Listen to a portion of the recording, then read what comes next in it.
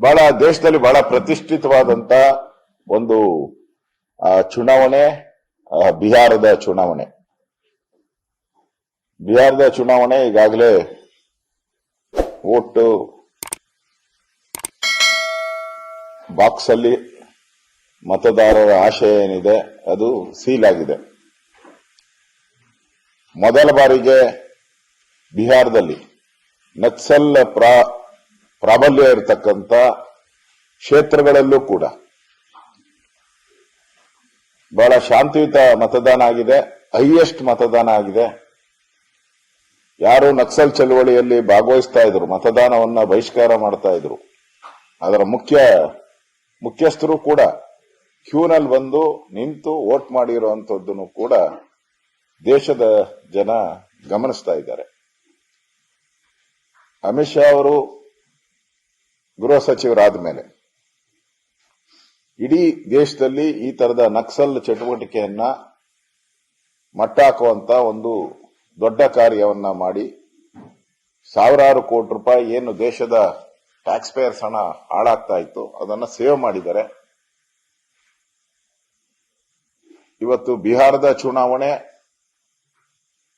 ನಿನ್ನೆ exit poll ಬಂದಿದೆ.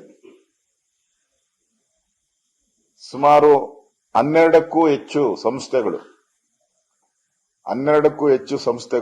Exit poll ಅನ್ನ ಪ್ರೆಡಿಕ್ಟ್ ಮಾಡಿದ್ದಾರೆ. ಎಲ್ಲದರಲ್ಲೂ ಕೂಡ ಎನ್ಡಿಎ ಬಿಜೆಪಿ ಮುನ್ನಡೆಯನ್ನ ಸಾಧಿಸಿದೆ. ಎಲ್ಲ ಎಕ್ಸಿಟ್ ಪೋಲ್ಗಳಲ್ಲೂ ಮುನ್ನಡೆಯನ್ನ ಸಾಧಿಸಿದೆ. ಯಾವುದೇ ಒಂದರಲ್ಲೂ ಕೂಡ ಕಾಂಗ್ರೆಸ್ಸಿನ ಕಟಿಬಂಧನ್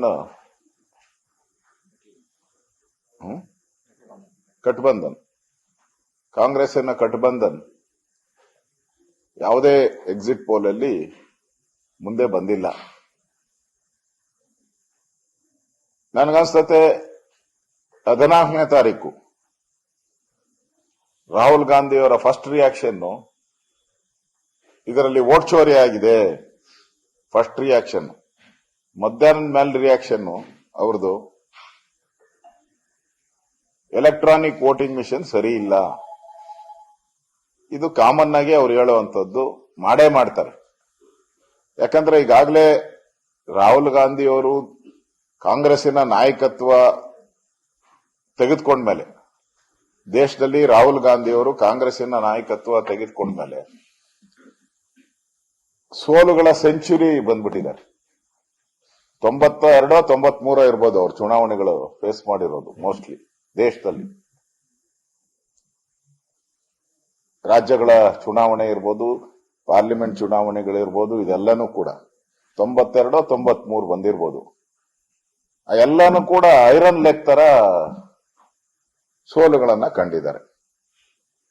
ಅವ್ರು ಎಲ್ಲಿ ಕಾಲಿಡ್ತಾರೋ ಅಲ್ಲಿ ಸೋಲು ಗ್ಯಾರಂಟಿ ಅನ್ನೋದು ಜಗಜ್ಜಾಹಿರಾತ ಹೊಟ್ಟಿದೆ. ಅದಕ್ಕೆ ಇಂಟು ಕೂಡ ಕೊಡ್ತಾರೆ. ಬಿಹಾರ್ ಚುನಾವಣೆ ನಡೀತಾ ಇದ್ರೆ ಮಧ್ಯಪ್ರದೇಶದ ಕಾಡಲ್ಲಿದ್ರು ಅವರು. ಈಗ ಮೋಸ್ಟ್ಲಿ 14ನೇ ತಾರೀಕಿಂದ ಏನೋ ವಿದೇಶಿ ಪ್ರವಾಸಕ್ಕೆ ಹೋಗ್ತಾ ಇದಾರಂತೆ, ಟೂರ್. ಅಂದ್ರೆ ಅವರು ರೆಸ್ಪಾನ್ಸಿಬಿಲಿಟಿ ಇರುವಂತ ಒಬ್ಬ ಅಪೋಸಿಷನ್ ಲೀಡರ್ ಆಗಿ ಪಾರ್ಲಿಮೆಂಟ್ ಅಲ್ಲೂ ಕೆಲಸ ಮಾಡ್ತಾ ಇಲ್ಲ. ಪಾರ್ಲಿಮೆಂಟ್ ಅಲ್ಲಿ ಅವರ ಹಾವ ಭಾವ, ದೇವರ ಫೋಟೋಗಳನ್ನ ತೋರಿಸುವಂತದ್ದು,